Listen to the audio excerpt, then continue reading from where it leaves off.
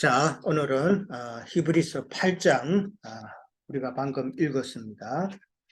자, 계속해서 우리가 대제사장이신 예수님, 땅의 대제사장의 그 율법을 따르는 대제사장이 아니라 하늘에 있는 멜기세덱의 반차를 따르는 대제사장이신 예수님에 대해서 우리가 계속 나누고 있어요. 그러면서 지난 7장에서는 멜기세덱이 누구인가 라고 그렇게 나누었죠. 멜기세덱은 누구예요?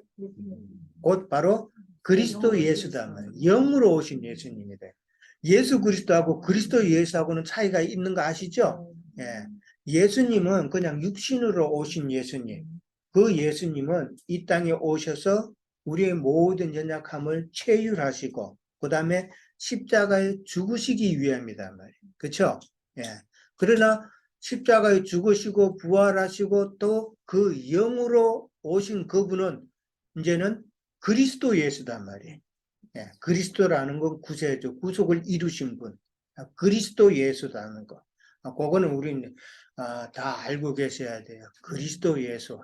그러니까 멜기세덱의 반차라는 것은 영으로 오신 예수님의 사역이다라는 것이에요. 인자 예수님의 사역이 아니라 영으로 오신 예수님의 사역이다라는 것이 바로 멜기세덱의 반차를 따르는 사역이다라고 그렇게 이야기했어요. 그 다음에 이제 그리스도 예수께서 참 우리에게 필요한 하늘의 대제사장으로서 합당한 이유를 지난번에 또 나누었어요. 그 합당한 이유 기억나세요? 한 가지라도 기억나는 분. 다시 그러니까 그리스도 예수께서 우리에게 있어서 참 하늘의 대제사장으로서 합당한 이유, 그분이 왜 우리의 대제사장이신가 하는 그 이유, 그분은 스스로 맹세하고 스스로 보증하셨다 그랬죠. 그죠? 예. 그러니까 하나님 자신보다 더 큰 이가 없는데 하나님 자신을 두고 스스로 맹세하고 스스로 보증을 하셨다. 그러니까 이 보증은 누구도 변할 수 없는 정말 확실한 보증이라는 것이죠. 세상에는 사기치는 사람 많잖아요. 그죠? 보증 잘못 써가지고 패가 망신하는 사람도 많죠.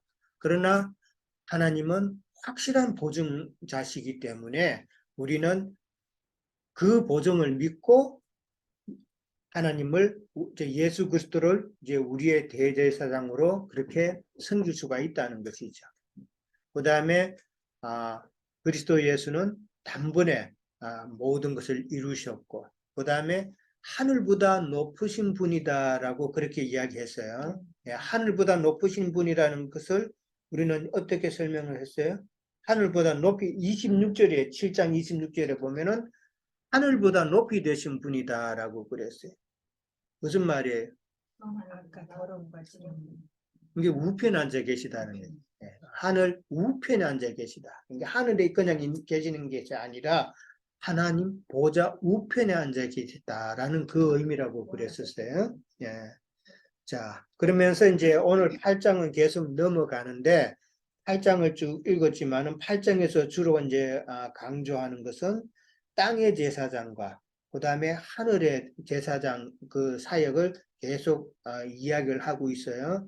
그러면서 옛 언약과 그 다음에 새 언약에 대해서 이제 이야기하고 있어요. 그러니까 땅에 속한 그런 제사장의 사역을 하는 자, 그런 일을 하는 자와 하늘에 속한 자의 그 일을 하는 자, 이게 차이가 있죠. 예. 지금 이게 사도 바울은 지금 이거를 이야기하는 거예요. 그럼 땅에 속한 그런 제사장의 사역을 하는 자는 어떤 자들이에요? 문제 3에 나오는데 그걸 지금부터 하세요? 아니, 그거는 대 차이를 나눈 거예요. 지금 땅의 제사장의 그 어떤 행실을 하는 자들인가를 이제 미리 간단하게 이야기하는 거예요. 땅의 제사장은 뭐 율법적인 것이지만은 우리가 신앙생활을 한다고 그러면서 땅의 제사장의 그 사역을 하는 자들은 주로 제사장에는 하나님께 드리는 자들이잖아요. 그러니까 뭐를 드려요? 땅에 속한 자들은 그렇죠. 땅의 소산을 드리는 자들이단 말이에요. 그러니까 내 열심, 내 종교심, 뭐 이런 거, 내 헌금, 내 뭐 그다음에 뭐 헌신적인 거, 열심, 뭐 내 시간 이런 거 물론 그거 드리를 말하는 건 아니에요. 근데 그걸로 드려서 그게 온전한 사역으로 이해하면은 그거는 잘못 이해하고 그거는 종교인 만드는 거다. 오늘날 많은 목사님들의 설교가 교인들을 갖다가 종교인 만들잖아요. 그렇죠? 예, 뭘 할 수 있다. 거룩하게 되라. 하는 이런 종교인 만드는 거란 말이에요. 그렇지만 오늘은 우리가 새 언약을 통해서 우리는 하나님께서 우리에게 어떤 주신 그 새 언약은 어떤 내용인가를 우리는 오늘 이제 살펴보는 거예요. 그 다음에 하늘에 속한 그런 자들은 그러니까 제사장이 드린 온전한 하늘에 속한 제사장이 드리는 것은 예수 그리스도를 드리는 거잖아요. 그렇죠? 우리가 말씀을 통해서 영으로 깨달아서 그렇죠? 영으로 깨달아서 아 예수 그리스도가 이런 분이시구나. 그 깨달은 그 말씀을 드리는 것이 하늘에 속한 그런 제사장의 일을 우리가 하는 거란 말이에요. 그거를 먼저 우리는 구분을 해야 되는 거예요. 그러면서 옛 언약과 새 언약과 또 그렇게 연결이 됩니다. 자, 1절에 보면은 지금 우리가 하는 말의 요점, 이제 7장에서 계속 그 말을 했죠? 그러면서 이러한 대제사장이 지금 누구에게 있다고요? 우리에게 있다 그랬어요. 그러니까 영으로 사역하시는 그리스도 예수 그분이 지금 누구에게? 우리에 있다라고 그러는 거예요. 그러면서 그는 하늘에서 지극히 크신 이의 보좌 우편에 앉으셨으니 이 말을 하셨어요. 참 이거 어려운 말이에요. 보좌 우편이라는 이 말이 정말 어려운 말이에요. 우리가 세상 교계에 있을 때 우리는 어떻게 이해를 했어요? 어디 멀리 하나님 옆에 예. 예수 그리스도가 앉아 있고 그쵸? 목사님들 설교하면은 하늘에 보좌에 뭐 중간에 하나님이 있고 그 다음에 우편에 이제 예수님이 있고 그 다음 좌편은 누가 있어요? 성령님 있는데 그거는 말도 제대로 안 하고. 자, 이제 하늘이라는 말이 나왔어요. 그는 하늘에서 지극히 크시니라. 이 하늘이라는 이 말이 이 말 때문에 물질 세계의 어떤 공간적인 하늘로 이해하게끔 그렇게 만들어 놨어요. 그렇죠? 하늘이라고 그러면 그렇게 우리가 이해를 하잖아요. 문자적으로 보면은. 그런데 이 하늘은 만약에 이 하나님의 보좌가 하늘 어떤 우주적인 그 공간에 하나님의 보좌가 있다면은 거기는 너무 우리하고는 지금 우리는 땅에 있는데 너무 공간이 멀지 않아요? 어떻게 생각해요? 영으로 오셨다. 그러니까 그러면서 하나님은 지금 우주적인 공간 저 높은 하늘에 어디에 계신다. 그건 우리하고는 정말 거리가 먼 거예요. 상관없는 거예요. 그러면은 우리는 거기서 보면은 그 우주적인 공간이 하늘이지만은 그 우주적인 공간 뭐 화성이나 이런 데서 지구를 보면은 지구가 하늘이잖아요. 그렇죠? 예. 그래서 이 하늘이라는 이 단어는 이 물질 세계 어떤 공간적인 그 개념이 아니다. 성경에서 말하는 것은. 그래서 저지 그 다른 성경에 보면은 해복역 성경에 보면은 이 하늘이라는 단어 대신에 뭘로 표현됐냐면 하늘들이라고 표현이 돼 있단 말이에요. 그럼 하늘들은 또 뭐예요? 하늘들은 그렇죠. 구속받고 하나님의 영의 말씀으로 양육받아서 밝아진 우리의 심령을 가진 주님의 제자들, 우리들, 거룩한 성도들이죠. 그것이 바로 하늘들이단 말이에요. 예. 하늘들이다, 하늘들. 그러니까 하늘들에 지금 예수님이 임재하신다는 그 이야기잖아요. 그렇죠? 그러니까 하늘 공간 어디가 아니라 하늘들에 임하신단 말이에요. 그 하늘들이 바로 영의 말씀을 깨달아서 참 진리의 말씀으로 양육되는 우리 심령들이단 말이에요. 이해하셨어요? 예. 그러니까 이 하늘들이라는 이 단어는 예수 그리스도께서, 그리스도 예수께서 어디에 계시는가 하는 그 장소적인 개념이 되죠. 장소적인 개념이 되지만은 또 한 면으로는 이게 생명의 정도를 표현하는 단어죠. 그렇죠. 생명의 정도가 이 하늘들이 되지 못하고 혼적인 신앙생활 땅에 속한 자들은 하나님, 그 예수 그리스도께서 그 심령에 계실 수가 없다는 이야기죠. 예, 이 하늘들이라는 말은 어떤 장소적인 예수님께서 우리와 함께하는 장소적인 개념도 있지만은 우리가 그만큼 생명의 정도가 하늘들에 이르러야 된다는 그 표현이단 말이에요. 그래서 우리는 진리의 말씀으로 양육받았으면 어디에 이미 이르렀다고요? 하늘에 앉히는 거. 시온산에 이르렀다고 그렇게 돼 있죠. 예. 그러니까 이 하늘이라는 개념, 그 다음에 하늘들이라는 이 개념을 갖다가 우리는 정확하게 이해를 하셔야 돼요. 예. 이게 근데 이렇게 설명을 했지만은 세상 교회에 있는 사람, 우리도 처음에 이 말씀을 들을 때 이게 잘 이해가 안 되죠. 안 되고 잘 어그리가 안 돼요. 왜 그래요? 세상 교리로 잘못된 그걸로 탁 이게 임박혀서 그래요. 예, 임박혀서 그러기 때문에 이 말씀이 잘 이해가 안 되고 이러는 것도 그거 계속 들어서 그 인을 빼내야 된단 말이에요. 예. 참 그래서 이 성경에 있는 문자를 그 단어들을 문자적으로 이해해 버리면은 참 이상하게 가버리는 거예요. 우리가 그런 신앙생활 해왔어요. 아까도 우리 찬양했지만은 은혜스러운 찬양 뭐 그런 말이 나왔지만은 옛날에 저 손양문 목사님 잘 아시죠? 손양문 목사님이 그 가사 지은 것 중에 주님 고대가라는 노래가 있어요. 찬양이 있어요. 그 찬양 보면은 주님 오시기만을 학수고대하는 그런 심정을 담아서 가사로 이제 쓴 그건데 혼적인 신앙에 있는 사람들은 그 내용을 보면은 참 은혜스러울 거예요. 주님을 사모하는 그런 마음이니까 얼마나 은혜스러워요. 이게 가사가 엄청 길어요. 엄청 긴데 언제 주님 오시렵니까? 하늘을 구름을 바라보면은 구름 타고 하나님, 예수님 오신다 그랬는데 저 구름 타고 예수님이 오실까 기다린다는 이런 내용이에요. 그러면 참 언어적인 면으로 보고 혼적인 면으로 보면 참 좋은 가사죠. 그죠? 그렇지만 이게 성경의 진리하고는 안 맞죠. 그렇죠? 그래서 우리가 그런 찬양은 못 부르는 거예요. 그러니까 이 손양원 목사님도 얼마나 사랑을 많이 베풀었고 자기 아들의 원수도 뭐 양자 삼고 참 사랑의 목사님으로 그렇게 했는데 이 진리적인 면에 있어서 깨닫지 못하면은 얼마나 안타깝냐는 것이죠. 자, 뭐 이야기가 딴 데로 갔는데 자, 보좌 우편에 계시다고 그랬어요. 그러면 보좌 우편이라는 건 늘 설명했죠? 어디라고요?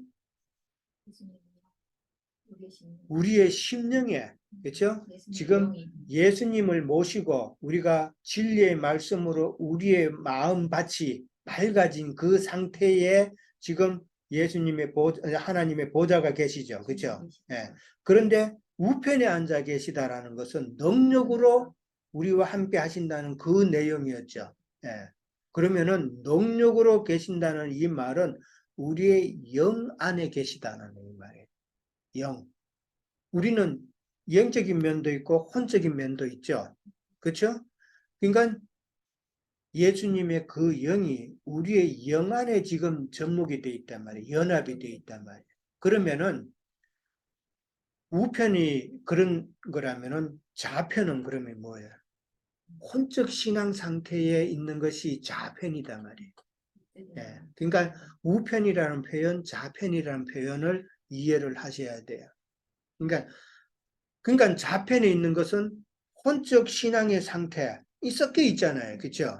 그러니까 하나님은 거룩하신 분이기 때문에 섞여 있는 곳에는 함께 하실 수가 없죠. 이해되죠? 네. 예. 그러니까 좌편에 있는 자, 혼적 신앙 안에 거하는 자들에게는 하나님의 보좌가 없다는 말도 된단 말이에요. 예, 거기에. 예. 그래서 우편에 하나님께서 능력으로 계신다. 이게 좌편에 우리가 뭐 왼손은 힘 없잖아요. 그렇죠? 그런 이치로 생각을 해보면 돼요. 그냥 혼적인 신앙생활 하는 사람들은 참 모든 것을 뭐 다 할 수 있는 것처럼 말하지만은 사실 그들은 능력은 없다. 오늘 이제 율법을 들어서 홈이 있다라고 그렇게 이야기를 했어요. 그리고 지난번에 우리가 배울 때 그 율법은 연약하고 무익하다라고 그랬죠. 왜 무익해요? 이룰 수 없으니까. 그거는 생명이 없기 때문에 그런 거다. 생명이 없기 때문에 무익하다. 그래서 그것을 우리는 버리고 그 다음에 참 영 안에서 전진해야 된다라고 그렇게 이야기를 했어요. 영 안에서 전진한다는 말이 우리가 히브리서 4장 12절 배웠죠? 4장 12절 한번 다시 볼까요? 자, 하나님의 말씀, 살아계시고 그렇죠. 하나님의 말씀은 살아있고 활력이 있어서, 그러니까 옛날 성경 운동력이 있다 그랬죠? 하나님의 말씀은 살아있고 운동력이 있어 좌우의 날선 어떤 것보다도 예리하여 혼과 영과 간절과 골수를 찔러 쪼개기까지 한다 그랬죠. 그리고 우리의 마음의 생각과 뜻을 판단하신다 그랬어요. 이 모든 것이 만물이 벌거벗은 것 같이 하나님 앞에서는 다 드러난다 그랬죠. 여기 생각도 드러난다 그랬어요. 우리 생각하는 거 하나님 모르시는 거 아니다라는 이야기잖아요. 사람은 속일 수 있어도 저 사람이 지금 무슨 생각하고 있는지 사람은 속일 수가 있어도 하나님은 못 속인다. 그러니까 우리는 우리의 생각까지도 하나님 앞에 다 이게 점검이 돼야 된다는 것이죠. 지금 갑자기 이 말씀이 왜 나왔어요? 하나님의 말씀은 살았고 운동력이 있어. 영과 혼과 영과 간절과 골수를 다 찔러 쪼갠다는 이 말은 영적인 그런 신앙으로 접근을 해야 하나님의 안식에 들어갈 수 있다는 이 내용이었잖아요. 4장 이야기할 때 주로 안식에 대해서 이야기했죠. 우리가 어떻게 해야 하나님의 안식에 들어갈 수 있느냐. 그거는 우리가 열심을 내고 부흥에 쫓아다니고 뭐 이렇게 하다 보면은 그 순간은 내가 하나님의 안식에 있구나. 하나님이 나와 함께 한다는 것을 생각할 수가 있죠. 그러나 그거는 금방 없어지죠. 그거는 속임이다 말이에요. 참 안식은 내가 그리스도의 영 안에 그리스도의 그 영이 우리에게 심령에 와서 나의 혼과 영과 생각과 이 모든 것을 분별할 때 분별해서 다 쪼갤 때에 내가 예수 그리스도와 그 영과 연합에 대해서 영 안에서 내가 믿음 생활을 할 때에 하나님의 안식에 들어갈 수 있다는 그 이야기였단 말이에요. 그러니까 영적인 그 신앙생활을 한다는 것이 그만큼 중요하다는 것을 지금 이야기하고 있죠. 사람들은 우리도 그랬지만은 예배당 다니면서 막연하게 신앙생활해요. 그랬잖아요. 막연하게 신앙생활 하다 보니까 뭔가 조금 부족한 것 같아서 좀 뭐 찬양대도 들어가서 봉사도 좀 해보고 내 시간을 내서 기도 생활도 좀 해보고 뭐 그렇게 하죠.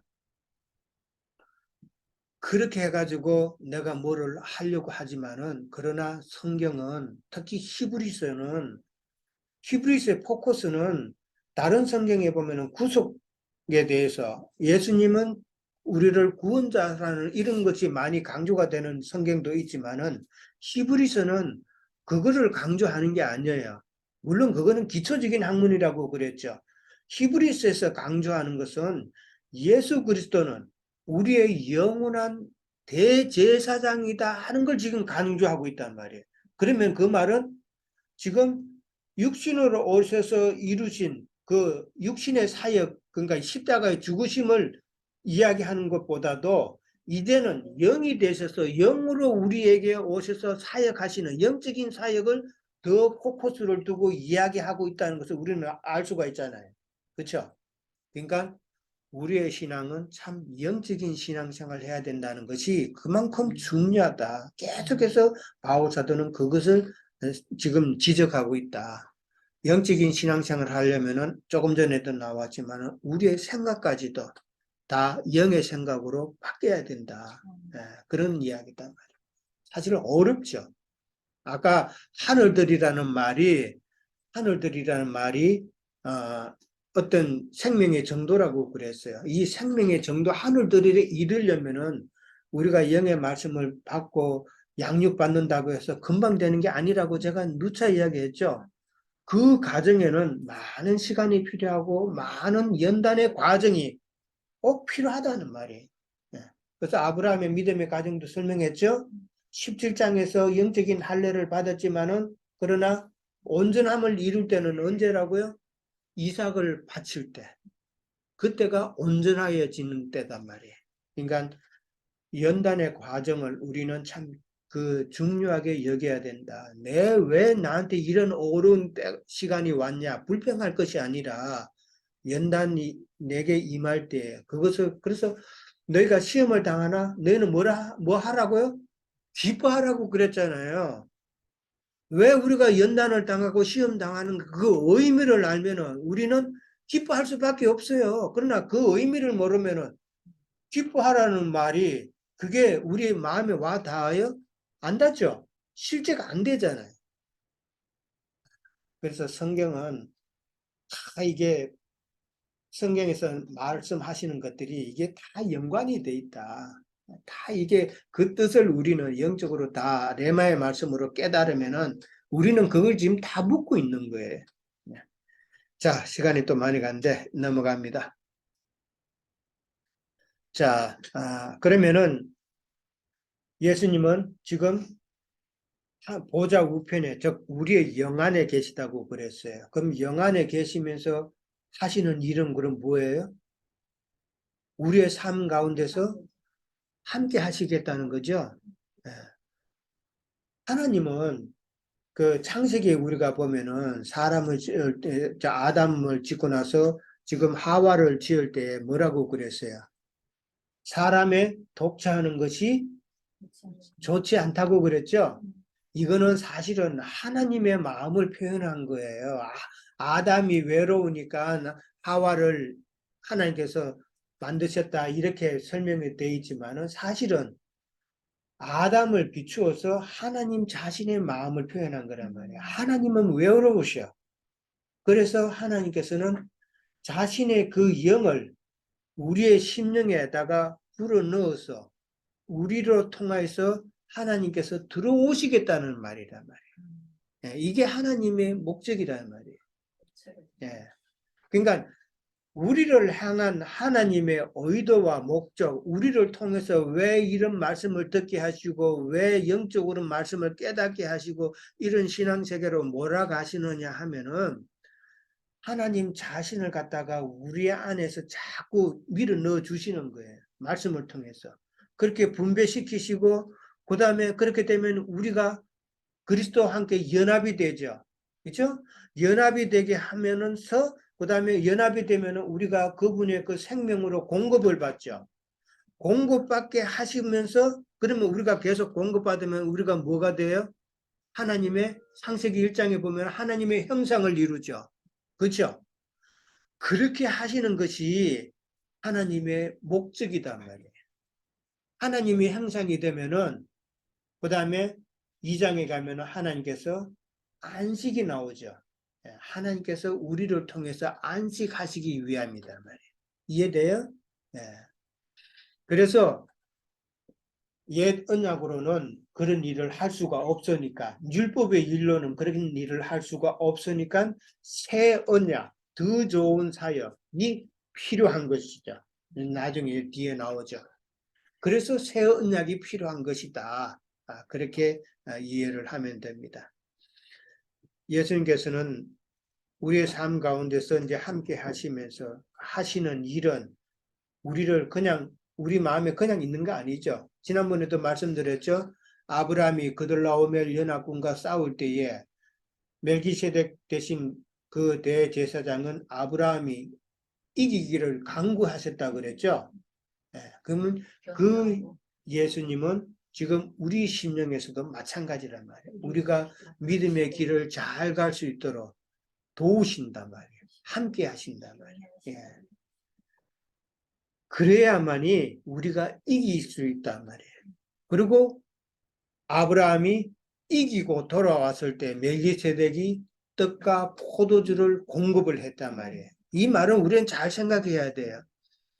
떡과 포도주는 예수님 자신인데, 예수님을 말씀을 깨닫게 해주시고 하는 예수님 자신인데, 이 예수님을 더 알 수 있는 자는 반드시 이기는 자가 되어야 된다는 이 이야기단 말이에요. 만약에 아브라함이 이기지 못하고 멜기세덱 앞에 가가지고 아우 나를 불쌍히 여겨 주십시오 이런 기도를 했다면은 떡과 포도주가 과연 공급이 되었을까?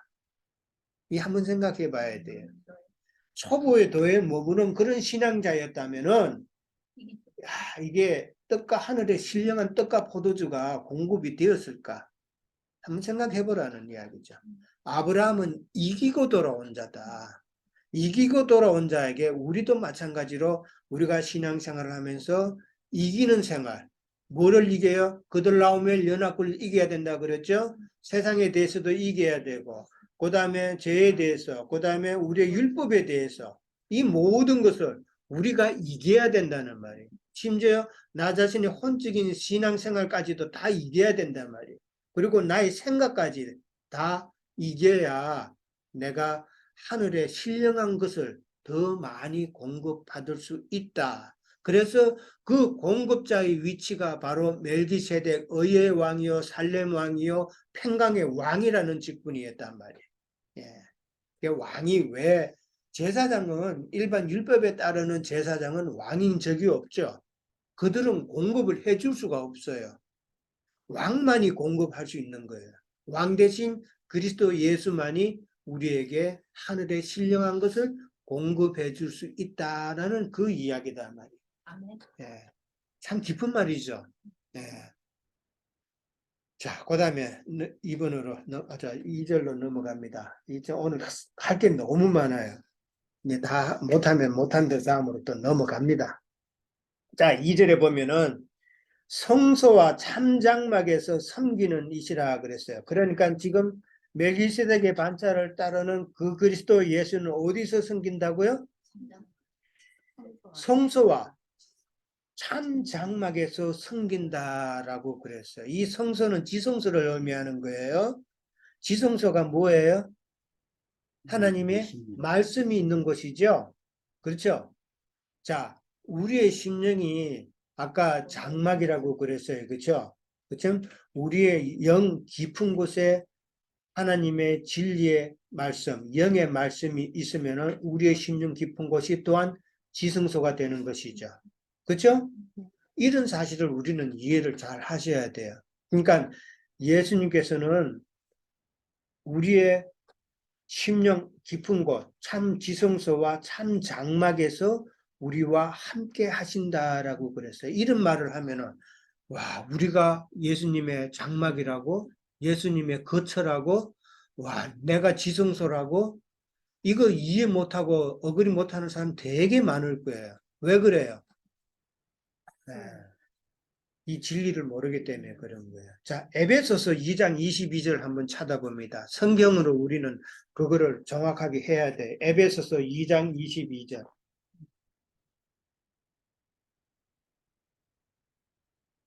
이상 2절이요? 310페이지.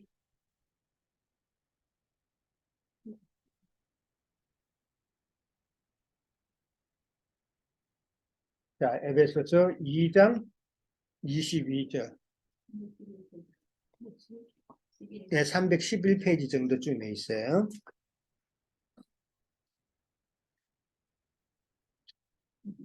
자, 20절부터 읽을게요. 20절부터 다 같이 읽습니다. 시작. 너희는 사도들과 선지자들의 토 위에 세우심을 입은 자라. 그리스도 예수께서 친히 모퉁이들이 되셨느니라. 그의 안에서 건물마다 서로 연결하여 주 안에서 성전이 되어가고 너희도 성령 안에서 하나님이 거하실 초소가 되기 위하여 그리스도 예수 안에서 함께 지어져 가느니라.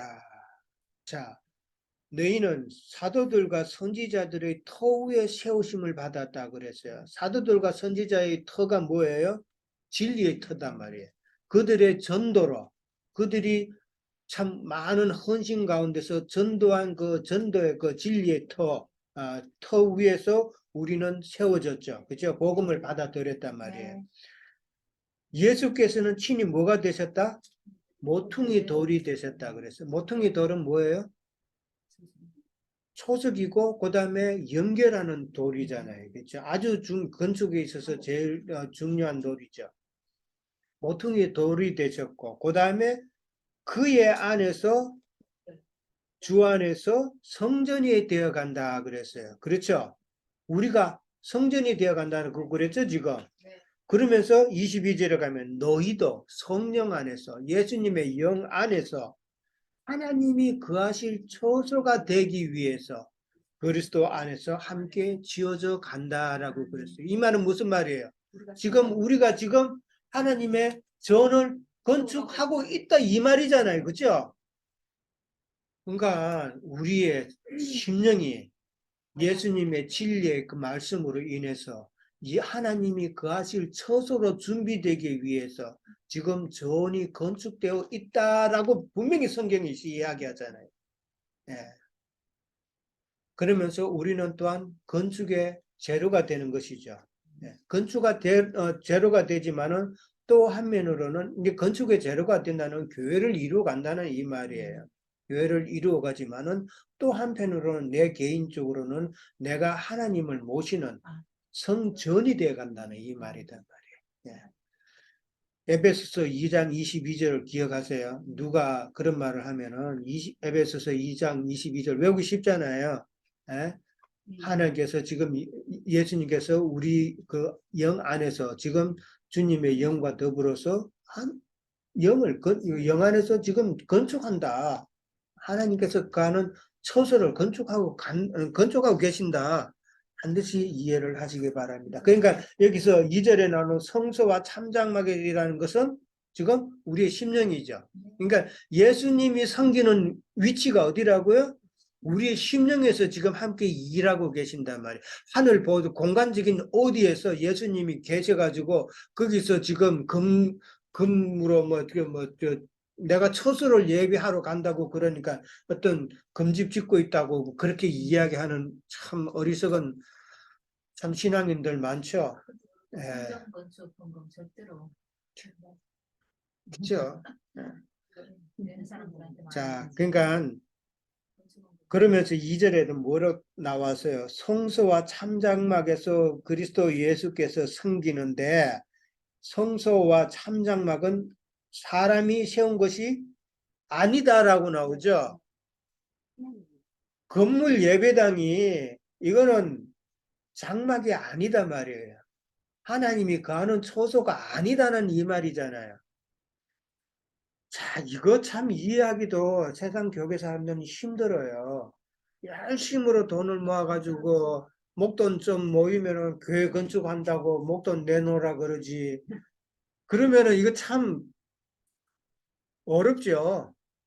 그러면은 교인들은 참 부자 되기 사실은 쉽지 않아. 먹던 씨든 많이 마련해가 뭐 좀 하려고 그러면 때가 돼가지고 무슨 헌금해야 된다. 무슨 그 예배당 세워야 된다. 그러면은 뭐 헌금 안 하면 신앙 없는 것처럼 그렇게 막 포장이 돼 버리면은 그러면은 내가 또 뭐 천국 못 가고 지옥 가나? 이런 마음이 참 들게 참 제주가 좋아요. 그래서 그다 한번 또 그쵸 부흥회 해가지고 그 헌금 예를 뭐 한국에 그렇잖아요. 뭐 헌금 많이 하실 분 조용히 손을 들어라 그러고 참 어렵죠. 예. 그러니까 이 말은 또 뭐예요? 예수 그리스도는 지금 하늘에 속한 대제사장이기 때문에 하늘 성소에서 지금 섬기는데 우리 심령이 하늘 성소잖아요. 근데 율법을 따르는 그 땅의 대제사장은 사람의 손으로 지은 곳에서 제사한다는 이 말이죠, 지금. 예. 율법에 따른 대제사장은 사람의 손으로 지은 장막 안에서 율법을 행했고 거기서 제사 지냈잖아요. 예. 그러니까 큰 교회는 건물로 사람의 손으로 지은 예배당에는 극단적으로 말해서는 거기에는 예수 그리스도가 없다. 예. 진리가 없으면은 예수님은 거기에 없다. 이렇게 이해를 해야 되는 거예요. 예. 그래야 거기서 빨리 나와야 되는 거예요. 제가 지난번에도 이야기했죠.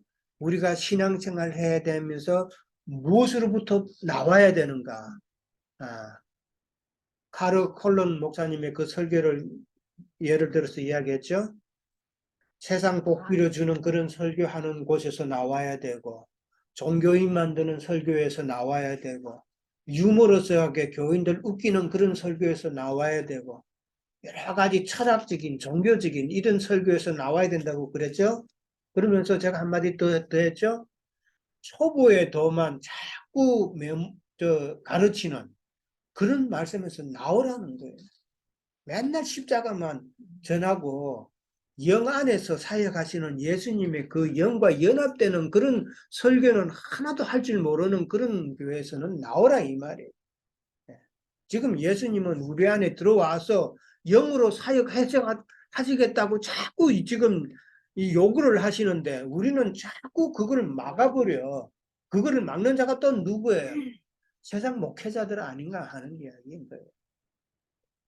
이제 왜 이게 중요한가 알겠죠? 네.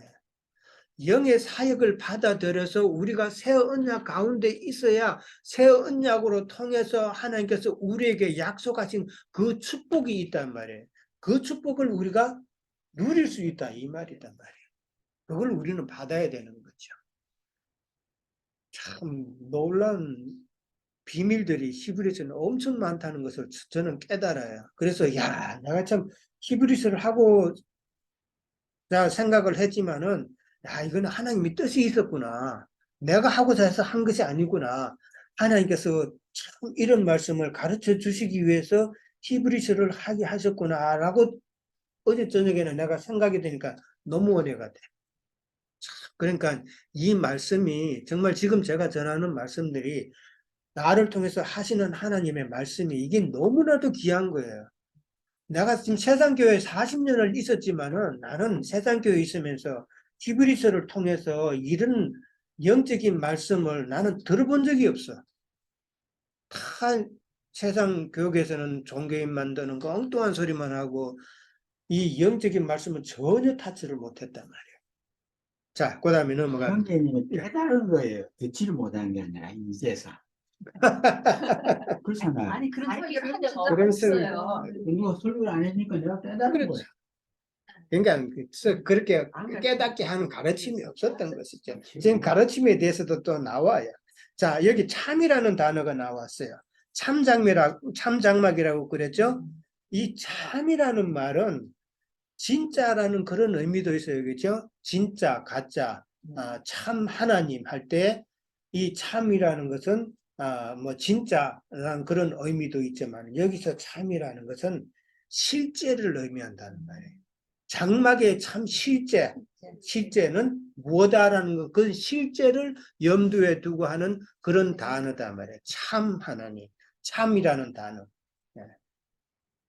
참 하나님, 곧 예수 그리스도라고 그렇게 성경에 있죠. 그러면은 예수 그리스도를 갖다가 참 하나님으로 깨닫지 못하고 땅의 하나님도 그렇게 깨닫는다는 말도 있죠. 그래서 참이라는 말도 우리는 생각을 해봐야 돼요. 그래서 예수 그리스도 예수께서 사역하시는 곳이 어딘가, 그 다음에 정확히 그 다음에 이 성소와 그 다음에 지성소, 그 다음에 이 참장막이 무엇인가에 대한 것은 우리는 정확하게 이해를 하셔야 됩니다. 여기서 참 장막이라는 건 율법하고 비교하기 위해서 써놓은 것도 되잖아요. 그렇죠. 예. 그러니까 율법의 그 장막은 어디까지나 예표고 그러니까 실제라는 거예요. 그러니까 율법의 그 장막은 어디까지나 예표고 이제는 실제가 바로 우리의 심령이다라는 것. 그래서 참 장막이라고 지금 표현을 한 거란 말이에요. 자, 2번. 예수님께서 대제사장으로서 드린 것은 무엇인가? 3절에 보면은 대제사장마다 예물과 제사 드림을 위해서 세웠다라고 그랬죠. 그게 제사장의 직분이죠. 그죠? 하나님 앞에 예물도 드려야 되고, 그 다음에 제사도 지내야 된단 말이에요. 그럼 예물 드림이 뭐예요? 성경에서는 11조 예물로 나왔죠. 그 다음에 제사장이 드리는 것은 구속받은 영혼들을 회개케 시켜서 그 회개한 영혼들을 하나님 앞에 드리죠. 그 다음에 또 제사 드리는 것은 희생제물을 드리죠. 그렇죠? 희생제물을 드린다. 그러면은 예수님께서는 무엇을 드렸어요? 자기 자신을 드렸다. 자기 자신을 드려서 예물로 드리고 그 다음에 번제 제물로 단번에 드렸다라고 그렇게 나오죠. 자, 4절에 갑니다. 예수께서 만일 땅에 계셨더라면 제사장이 되지 아니하셨을 것이니 이는 율법을 따라 예물을 드리는 제사장이 있습니다. 이 말은 무슨 말이에요? 율법을 따라서 예물을 드리는 제사장이 땅에 있으니까 예수님께서는 땅에 있을 이유가 없다는 것이죠. 이 말은 다른 말을 하면은 그리스도 예수님의 그 대제사장의 사역은 땅에 속한 사역이 아니다라는 그 말을 지금 하고 있는 거예요. 예, 하늘에 속한 사역이다라는 것이죠. 자, 5절 넘어갑니다. 그들이 섬기는 것은 하늘에 있는 것의 모형과 그림자라. 그러니까 땅에 있는 대제사장들이 섬기는 것은 하늘에 있는 것의 모형과 그림자라고 그랬죠. 모세가 장막을 지으려 할 때에 지시하심을 얻은가 같으니 이르되 산과 모든 것을 산에서 내게 보이던 것을 따라 지어라 하셨다. 산은 무슨 산? 시내산이죠. 시내산에서 모세가 율법을 받을 때에 장막 짓는 모든 식양을 갖다가 하나님께로부터 계시받았죠. 예, 그 이야기단 말이에요. 그러니까 여기서 하늘에 있는 것이라고 그렇게 이야기를 했는데 이 하늘에 있는 것이라는 표현보다도 하늘에 속한 것이단 말이에요. 예, 하늘에 속한 모형과 그림자다. 그렇게 이해를 하는 것이 더 좋아요. 모세가 계시받았던 그 장막의 실제는 나중에 뭐예요? 계시록에 뭘로 나타나요? 거룩한 성 새 예루살렘이다 말이에요. 지난주에 에스겔서를 이제 다 마쳤어요. 에스겔서 48장이었죠. 마지막에 가면은 거룩한 성 새 예루살렘에 대해서 나와요. 그 문에 대해서 나와요. 12진주, 계시록에서는 12진주문이라고 되어 있죠. 각 그 문에는, 12문에는 이스라엘의 12지파의 이름이 다 적혀 있단 말이에요. 이스라엘 12지파의 이름이라고 이야기되어 있지만 사실은 영적 이스라엘 12지파를 말하는 것이단 말이에요. 그러니까 우리도 거기에 포함되겠죠. 우리도 그게 포함되는데 마지막에 그 땅을 분배하는 이야기가 에스겔 마지막 장에 나와요. 땅을 분배하는 것은 보면은 거룩한 땅이 중간에 있어요. 거룩한 땅이 중간에 있고 거룩한 땅 위로 7지파의 땅이 배분이 돼요. 7지파의 땅이 배분되고 그 다음에 거룩한 땅을 중심으로 밑으로 5지파가 땅이 배분이 돼요. 이거는 여호수아가 가나안 땅에 이스라엘 백성들이 들어갔을 때의 땅을 분배하고는 좀 차이가 있어요. 그때는 요단강 서쪽과 동쪽에도 므낫세 지파가 땅을 차지했고 그 다음에 동쪽과 북쪽, 남쪽 여러 군데 이렇게 땅을 배분받았지만은 에스겔서에서 땅을 분배받는 때는 이거는 아파트처럼 쭉 돼 있어요. 그러니까 제일 밑에서부터 쭉 올라가고 중간에 거룩한 땅이 있고 제일 위에까지 있어요. 이게 15층이에요. 15층. 네. 그러니까 제일 위에가 단 지파예요. 단 지파가 있고 그 다음에 아셀 지파가 있고 뭐 이사갈 지파 이렇게 쭉 내려와요. 그러면서 거룩한 땅을 중심으로 제일 가깝게 있는 자가 누구냐면은 북쪽에는 유다 지파가 있어요. 그 다음에 남쪽으로는 누가 제일 가깝게 있냐면 베냐민 지파가 있어요. 그리고 제일 밑에 내려가면은 갓 지파가 있어요. 자, 이거를 우리는 잘 생각해 봐야 돼요. 이게 무엇을 의미하는가? 중간에 거룩한 땅은 또 3등분으로 되어 있어요. 3등분으로 되어 있는데 3등분 중에 성소가 있는 땅이 있어요. 그 성소가 있는 땅은 제사장이 차지하는 땅이에요. 이 말은 무슨 말이냐면 하면 영적 제사장이 된 사람을 이야기하는 거예요. 그러면은 영적 제사장이 된 그 영의 상태는 이게 엄청난 높은 위치예요. 제일 높은 위치란 말이에요. 그런 신앙에 이기는 자가 되어서 참 높은 하늘들에 이른 자가 지금 제사장이라는 이 말이에요. 그 제사장에 이른 자들은 하나님의 성소가 그 땅에 있다라는 말이에요. 하나님의 성소는 하나님께서 우리와 교제하는 장소단 말이에요. 성전이라는 말이 있고 성소라는 말이 있어요. 성전은 하나님께서 통치하는 개념이에요. 왕으로서 우리를 통치하는 개념이지만은 성소라는 것은 하나님께서 우리와 엄밀히 만나는 그런 장소란 말이에요. 부부간의 내실과 같은 그런 황홀한 장소란 말이에요. 우리가 그 안에 들어가야 됩니다. 자, 그러면서 그 제사장의 땅에 우리는 들어가야겠다. 참 얼마나 은혜스러운 이야기예요. 그런 말은 우리가 신앙생활을 하면서 다 거룩한 성에 들어가고 하늘나라에 들어간다고 하지만은 다 레벨이 있죠. 거룩한 땅에 가깝게 있을수록 유다 지파나 베냐민 지파나 이런 위치에 있는 자들은 그만큼 빛 대신 그리스도의 그 영향력을 많이 받을 수 있죠. 누린단 말이에요. 예수 그리스도를 제사장의 땅에 있는 자가 제일 많이 누리고 그 다음에 제사장의 땅 밑으로는 레위 지파의 땅이 있어요. 성전에서 봉사하는 자들이 땅이에요. 그 다음에 성읍에 거하는 자들이 땅이 또 있어요. 여기 세 개가 다 거룩한 땅이에요. 하나님께서 분별해서 딱 만들으라고 딱 채워놓으라고 한 거룩한 땅이란 말이에요. 그 안에 들어가는 자가 제일 좋죠.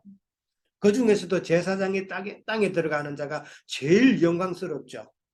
그렇지 못하면은 그 제일 가깝게 있는 자가 하나님의 영향력을 공급받을 수가 있다 이 말이에요. 빛 대신 예수님의 영향력 가운데 있다. 누림의 가운데 있다. 그러나 제일 위에 있고 단지파나 제일 밑에 갓지파에 속한 겨우 구원만 받아서 들어간 자들은 그리스도의 그 선한 영향력 안에 포함되기가 거리가 멀단 말이에요. 무슨 말이에요? 누림이 적다는 말이죠. 누림이 적다. 성전 안에 성소에 머무는 자와 지성소에 머무는 자와 바깥들에 머무는 자하고 이건 차이가 있다 이 말이에요. 예. 그러니까 우리는 믿음 생활 왜 이런 믿음 생활을 해요? 사실 세상 교회에서 믿음 생활하면은 얼마나 재밌어요. 재밌지 않아요? 뭐 구역 예배한다고 모여서 그냥 맛있게 뭐 먹고 그다음에 또 재미있게 놀고 뭐 찬양대 봉사한다 그러면서 찬양하고 또 뭐 회식도 하고 뭐 한 번씩 또 여행도 가고 얼마나 재밌어요. 혼적으로 참 재밌죠. 그런데 우리 이런 생활은 참 단단하잖아요. 단단한 음식을 먹으니까 맛없죠. 어떤 면에서는. 오늘 특별히 이 히브리서 말씀은 정말 이거 단단한 말씀이란 말이에요. 우리가 이게 깨닫지 못하면 정말 어렵고 힘든 이야기단 말이에요. 자, 참 잘 소화를 하시기 바랍니다. 예. 자, 시간이 많이 됐죠? 예, 일단 여기까지만 합니다. 예.